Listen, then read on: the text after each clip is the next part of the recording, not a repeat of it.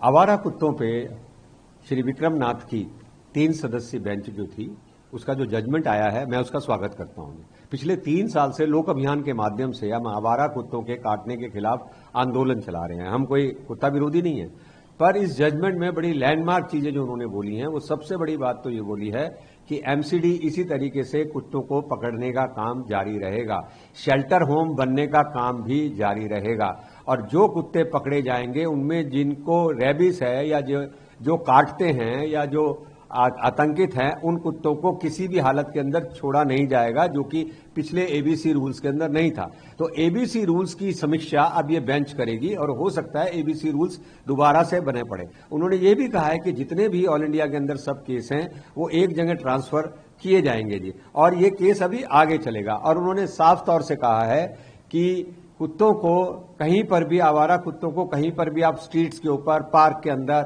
Apartment के अंदर, society के अंदर अब खाना नहीं खिला सकेंगे जी। कोई डेजिग्नेटेड प्लेस होगा, वहीं जाकर आप सिर्फ कुत्तों को खाना खिला सकेंगे। ऐसा नहीं है कि पूरी दिल्ली या पूरे देश के अंदर आप कहीं भी खाना डाल सकेंगे जैसे पहले डाल रहे थे। तो मैं इसका बड़ा खुश हूं, क्योंकि हमारा आंदोलन रंग लाया है और अभी समस्या समाप्त नहीं हुई है। तो अभी सुप्रीम कोर्ट भी सुनवाई जारी कर रही है। तो मैं समझता हूं आगे आगे जैसे शेल्टर होम बनते चले जाएंगे, ये जो आवारा कुत्ते हैं उसके अंदर जाते जाएंगे, उसी तरीके से जो स्टरलाइजेशन, वैक्सीनेशन के अंदर भ्रष्टाचार हो रहा था उसके ऊपर भी रोक लगेगी, और जो रेबीज और काटने वाले कुत्ते थे और जो डेंजरस कुत्ते थे उन सबको बाड़े में बंद करके रखा जाएगा, उनको छोड़ा नहीं जाएगा। तो इससे हमारे बच्चे, पुरुष, महिला सब सुरक्षित होंगे, ऐसा मैं इस जजमेंट से मानता हूं।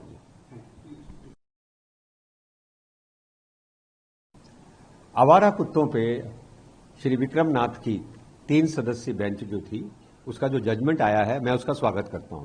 पिछले 3 साल से लोक अभियान के माध्यम से हम आवारा कुत्तों के काटने के खिलाफ आंदोलन चला रहे हैं। हम कोई कुत्ता विरोधी नहीं है, पर इस जजमेंट में बड़ी लैंडमार्क चीजें जो उन्होंने बोली हैं, वो सबसे बड़ी बात तो ये बोली है कि एमसीडी इसी तरीके से कुत्तों को पकड़ने का काम जारी रहेगा, शेल्टर होम बनने का काम भी जारी रहेगा, और जो कुत्ते पकड़े जाएंगे उनमें जिनको रेबिस है या जो काटते हैं या जो आतंकित हैं, उन कुत्तों को किसी भी हालत के अंदर छोड़ा नहीं जाएगा, जो कि पिछले एबीसी रूल्स के अंदर नहीं था।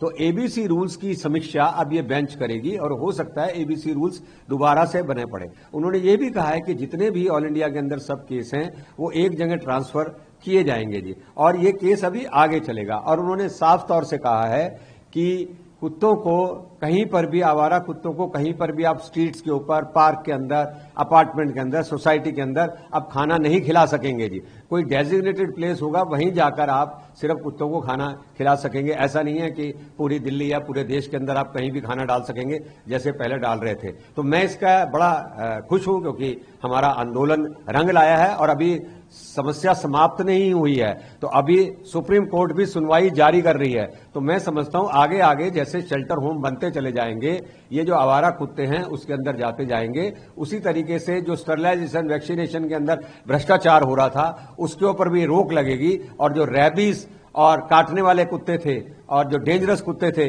उन सबको बाड़े में बंद करके रखा जाएगा, उनको छोड़ा नहीं जाएगा। तो इससे हमारे बच्चे, पुरुष, महिला सब सुरक्षित होंगे, ऐसा मैं इस जजमेंट से मानता हूं।